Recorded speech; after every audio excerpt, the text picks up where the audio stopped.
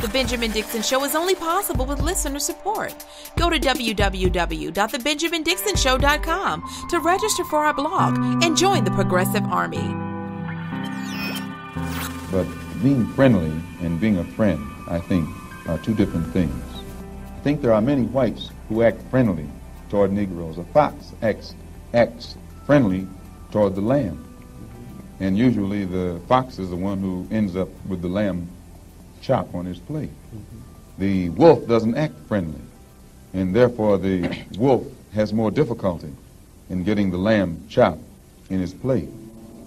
I'd like to point out, though, that... I say that because it is usually if you study the structure of the Negro community, economically, politically, civically, psychologically, and otherwise, it's controlled by the white liberal, who usually poses as the friend of the Negro, who actually differs from the white conservative in the same way that the fox differs from the wolf. That was the voice of el-hajj Malik El-Shabazz, better known to most of America and the world as Malcolm X. You should recognize that voice, right? You've been kicking it with me for a while. You know, you should recognize the voice of Malcolm X. Phenomenal influence in my life. And I realized that we're 8 days into Black History Month, and I don't think I've done an episode recognizing any Black influences in my life. I know that I've done quite a few. Every day we do a moment of Black history for Content News and Like It or Not in the afternoon, but I haven't done it in my show, or done it rather on my show. And I think it's important for me to do it in this platform because, you know, Malcolm was a revolutionary, and I use that word often, but I mean it in the purest sense. He terrified people. He terrified Black people. He terrified white people, white conservatives, white liberals. He terrified everyone because because he just said things so clear and so precise and cut to the heart of a matter without any pretense, without any overtures, without any symbolisms or equivocations. He simply spoke the truth. And what he just got through speaking about the problem with white liberals compared to white conservatives, that's true. It's very true. It was true then. It's true now. And this is not, can't speak of any group categorically, but you can see some of the similar problems. No matter where you go, you're going to find some of the same problems because humans are humans, right? Ideology doesn't preclude you from being racist. Just because you're a liberal doesn't mean that it's impossible for you to be racist. Just because you're a liberal doesn't mean that it's impossible for you to be offensive, even if you're not racist, to be offensive to the Black community. Just because you're a liberal doesn't mean that you're incapable of being a bigot. I think that is that the word that I use so often, shorthand. That shorthand analysis has actually crippled quite a bit of progress because people, particularly liberals, they really don't know. They really don't know how it is that they are problematic. And this transcends race issues. I mean, you see it, you see liberals and you don't think that they're going to be sexist. Some of the worst sexists I've ever met in my life have been liberals. You know what I mean? So, the problem of bigotry, and this is what Malcolm was saying in that clip, and I have quite a few clips of him today, but I want to play all of my favorite clips and let you know what it meant to me and how it influenced me and how I see it happening today. But the problem with bigotry, or rather the problem with using a shorthand analysis of bigotry and trying to say it's just conservatives who are racist. Yeah, I mean, you're going to find an overabundance in conservatives. But one thing I liked about living in Mississippi versus living in Boston, and this is the best way to explain it. Living in Mississippi, we understood, there was just a general understanding of issues and tension and history and beef, for lack of a better word. But because of that, we had a baseline of respect. We treated each other with a modicum of respect because of our shared history of racial tension. Living in Boston, there is no such baseline of respect. And there's this expectation, or there's this attitude of, we helped you get what you got. So, of course, I'm not a racist. So, we should be friends. And in actuality, some of my best friends to this day are Republicans from Mississippi. Now, they didn't vote for Trump. I can tell you that much. Well, at least the ones I really consider to be friends. A couple of them did. But I would rather a person that we can be transparent about the problems than a person who has makes the assumption that they transcend bigotry, when in reality, no one really automatically transcends bigotry. Every single one of us has to deal with the bigotry that we're born into and that we're groomed in by our society. I mean, I even have my own bigotry that I had to fight and learn and grow out of. So too, the white liberal, just like Malcolm said. Who taught you, please? Who taught you to hate the texture of your hair? Who taught you to hate the color of your skin to such extent that you bleach to get like the white man? Who taught you to hate the shape of your nose and the shape of your lips? Who taught you to hate yourself from the top of your head to the soles of your feet? Who taught you to hate your own kind?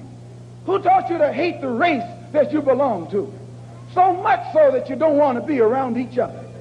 No, before you come asking Mr. Muhammad, does he teach hate, you should ask yourself who taught you to hate being what God gave you. See, this one, this is something that you're almost ashamed to admit once you've gotten on this side of the journey. It's almost hard to admit that there was a phase in most black people's lives where they didn't like something about themselves because what we saw on television didn't match what we saw in the mirror. I remember mine was my hair. I never really had a problem with my skin, but I remember as early as seven, I always wanted to know why my hair wasn't like the kids' hair on TV. And of course, my father, being the radical that he was, quickly adjusted my attitude about my hair. And my mother did the same thing. But, I distinctly remember that. And then I thought it was over with. But, when I got to be an adult, I had an issue. I had an issue when my wife decided to cut her hair and to start over completely natural. And because when I met her, she had her processed hair, her permed hair, like most little black girls get when they used to, back in the day when they grew up, all the little girls used to get permed hair and their hair would be nice and fried and laid to the side versus the afro, the natural state. And when my wife cut her hair, I'm like, wait a minute, that's not who I married. I didn't marry, and it was an issue. It wasn't an issue like an existential threat, but it was like, wow, you weren't even going to tell me about this. And it wasn't until my daughter was born that I actually snapped into a place where I'm like, you know what? I want my daughter, exactly what my wife was saying when she did it, but I couldn't hear it then. I had to hear it through the ears of our dad. And I want my daughter to be proud of what she has naturally. And once I got that, I understood why it was my father reacted to me the way I felt now as an adult about my daughter's hair. I wanted her to be proud of what she had naturally without having to compare herself, or even in the midst of seeing all of these beauty standards that are European beauty standards that tell us you have to have a certain type of hair, that you have to be a certain type of weight, that your nose needs to look a certain type of way. And this is something that infects the black community and brown communities so much so. I mean, do you understand? This is, in a weird way, this is exactly why the movie Black Panther is so important. Because it's so rare that you get to see images of blackness on this scale that actually are positive and beyond positive. They're in the realm of superhero. That's why it's so important.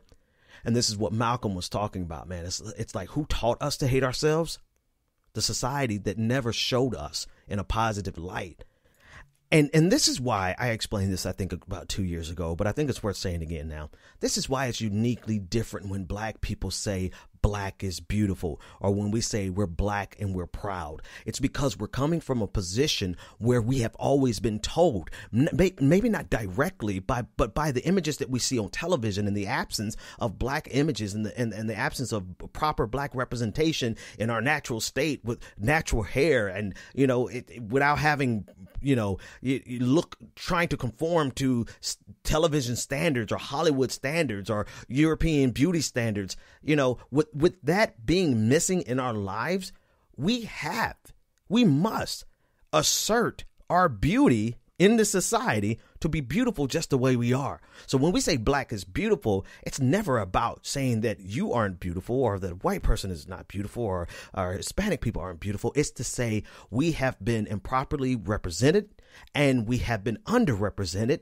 And so we need to let you know, as well as letting ourselves know, that black is beautiful, and that I'm black and I'm proud. This is the difference between black pride and white pride. White pride is from a position of supremacy, a position of power. Whoever told a white person they shouldn't be proud, right? Whoever told white people it's not okay to be white? Nobody has ever, systemically, structurally, in television, in media, in power, in terms of wealth, political power, economic power. Nobody has ever told white people it's not okay to be white. But in those same exact areas and metrics, we've had to assert that black is beautiful and that we are proud to be black, because in every one of those metrics, we are disproportionately at the bottom. That's the difference.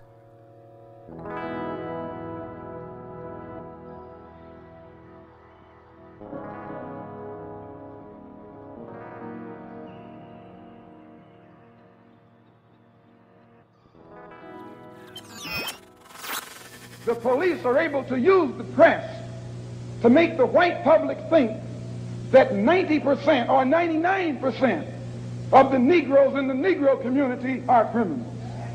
And once the white public is convinced that most of the Negro community is a criminal element, then this automatically paves the way for the police to move into the Negro community, exercising Gestapo tactics, stopping any black man who is on the sidewalk, whether he is guilty or whether he is innocent, whether he is well dressed or whether he is poorly dressed, whether he is educated or whether he is dumb, whether he's a Christian or whether he's a Muslim.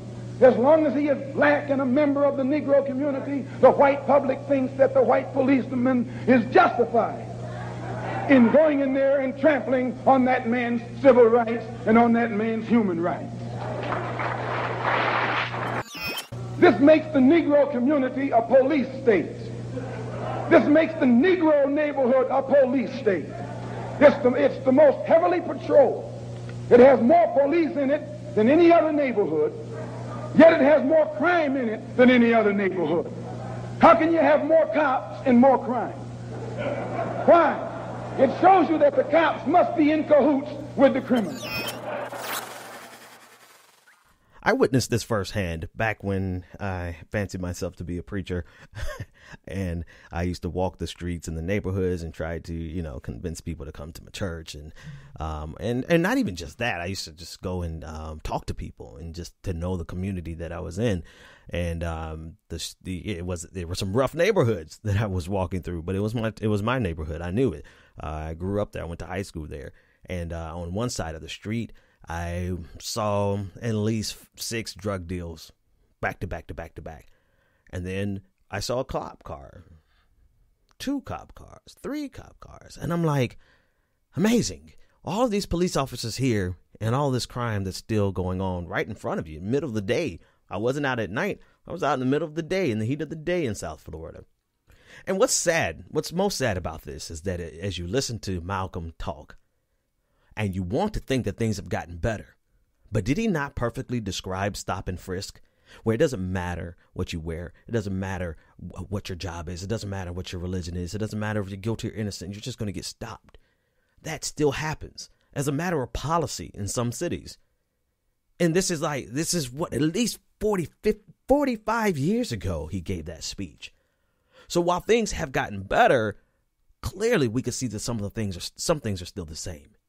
And he even talked about respectability politics. It doesn't matter how you dress. You could dress nice. You could dress like a professional. You know, how many times have we seen videos of you could be rich. The tennis star in New York City, just sitting there minding his own business, and a police officer runs up and slams him on the ground. Malcolm had a keen sight, man. That's one of the things. Malcolm had a keen sight, an amazing way with words, and he had the ability to speak and cut directly to your soul. And it's such a great loss. I don't want to talk too much about the loss yet. I will talk about that at the end, but I want to play a few more clips. But when I think about the leadership that we have now and what we lost in the 60s, man, did we ever lose some leaders? I mean, not just Malcolm, not just Martin. I mean, the Kennedys. You know, we lost. They snuffed out all of the potential of a great future. I think we're living in the bad timeline, and part of the timeline that we're living in was triggered in the 60s with all of the assassinations, including that of Malcolm X. Brothers and sisters, we have to put a stop to this, and it will never be stopped until we stop it ourselves. They attacked the victim, and then the criminal who attacked the victim accuses the victim of attacking him.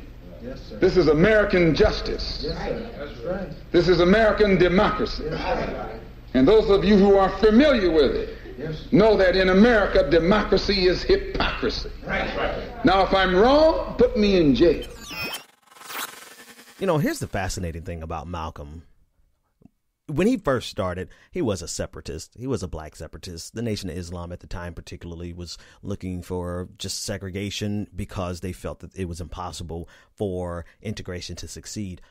When he came back from Mecca, and somewhere a transition in that period before he went to Mecca and when he came back from Mecca, he parted ways with the Nation of Islam and started an organization himself. Malcolm pushed for America to be what America promised it was going to be. And I think that's important, right? Because you have this undercurrent that exists in the black community. It's not much of an undercurrent. It's actually getting stronger, of black separatists that actually can find, I think at one point there was a meeting between the Nation of Islam and the KKK because they agreed on one thing, that we need to be separated and segregated. And so this strand actually exists in the black community, people who co-sign that and say, we don't want anything we want a black ethno state, right?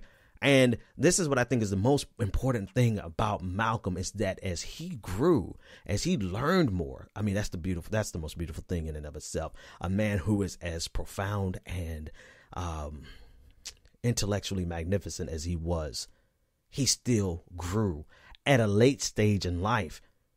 I mean, imagine how much further he would have grown had they not killed him.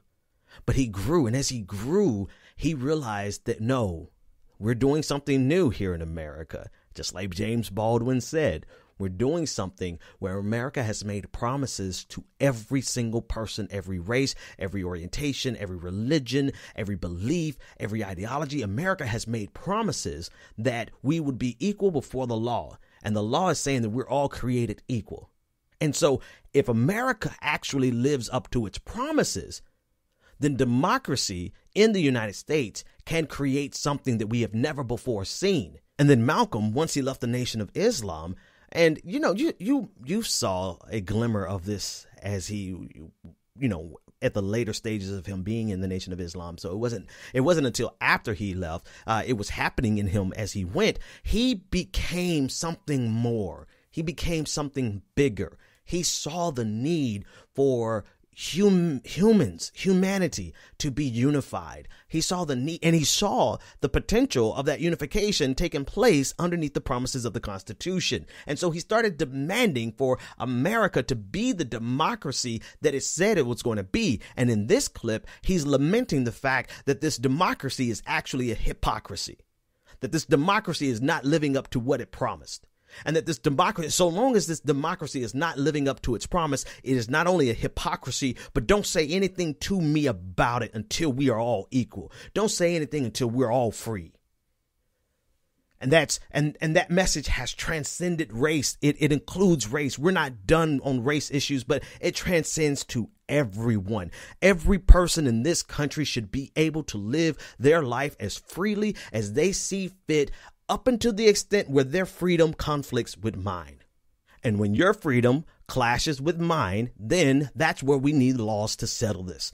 But we're at the point where, we figured most of that out. We're at the point where we're simply still trying to keep freedoms away from people based on who they love or what they believe or where they came from. We're still at a very rudimentary stage. And it's not because it's complicated, only in so much as bigotry is complicated.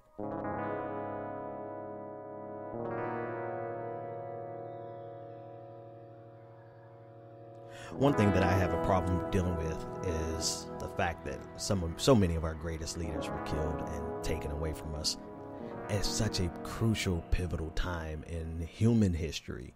Yes, American history. Yes, Black history, which is the same as American history.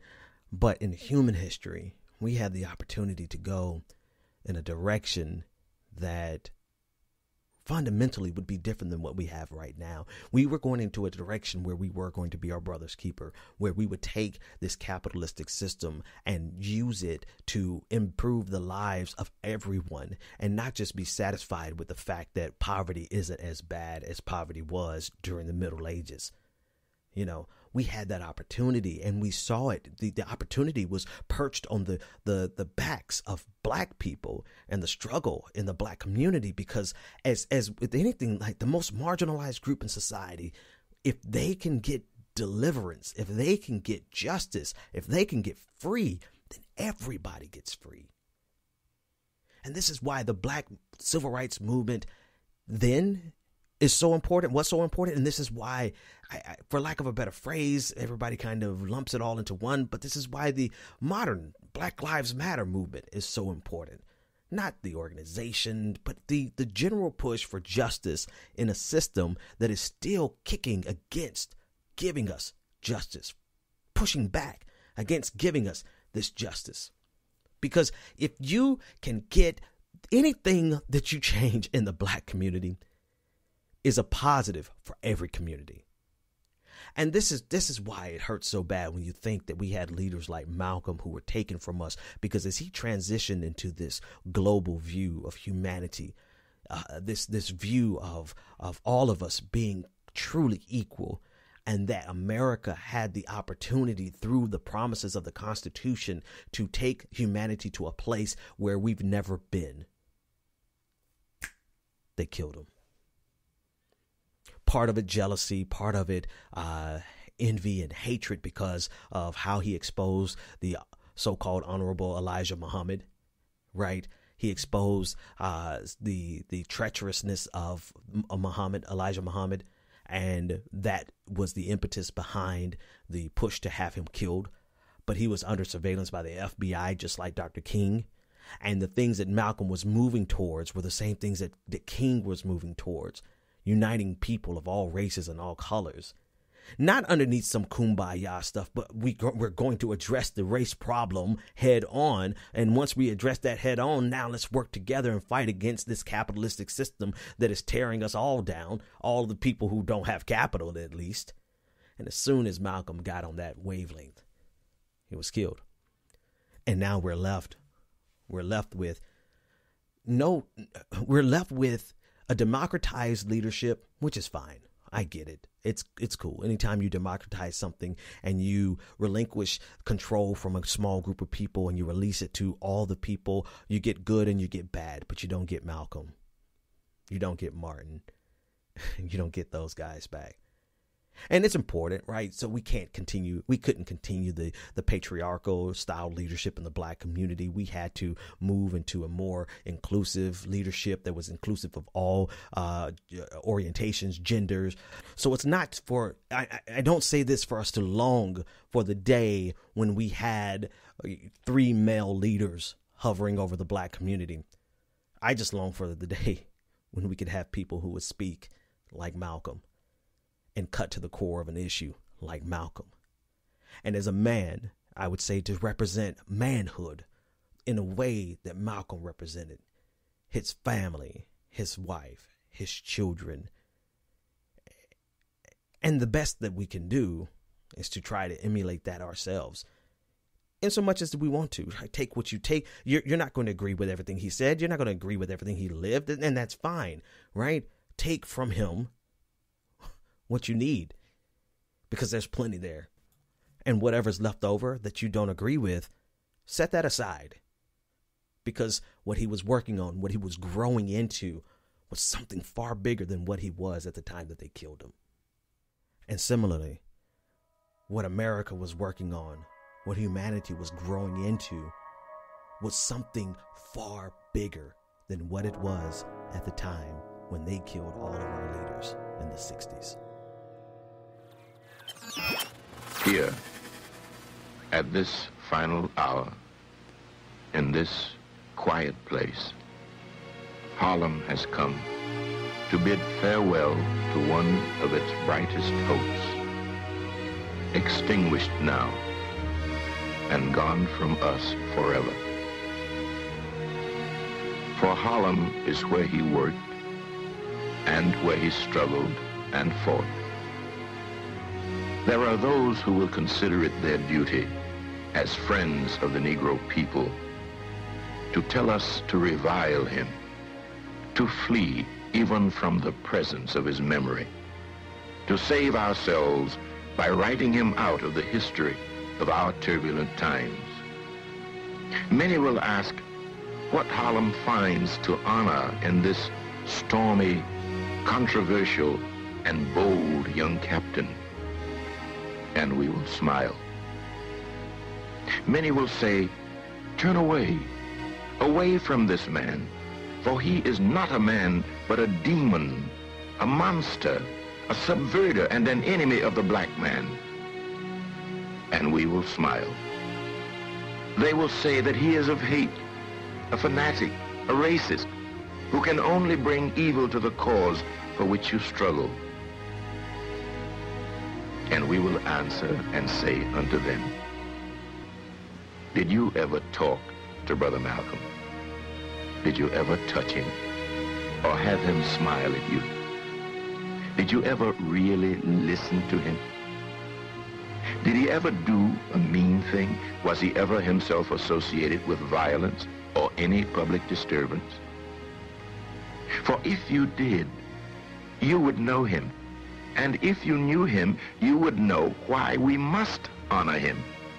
Malcolm was our manhood, our living black manhood. This was his meaning to his people. And in honoring him, we honor the best in ourselves. However much we differed with him, or with each other about him and his value as a man, let his going from us serve only to bring us together now. Consigning these mortal remains to earth, the common mother of all, secure in the knowledge that what we place in the ground is no more now a man, but a seed, which, after the winter of discontent, will come forth again to meet us. And we shall know him then for what he was and is, a prince, our own black shining prince, who did not hesitate to die because he loved us so. Anytime you beg another man to set you free, you will never be free. I have no fear whatsoever of anybody or anything. We declare our right on this earth to be a man, to be a human being, to be respected as a human being, to be given the rights of a human being in this society, on this earth, in this day, which we intend to bring into existence by any means necessary.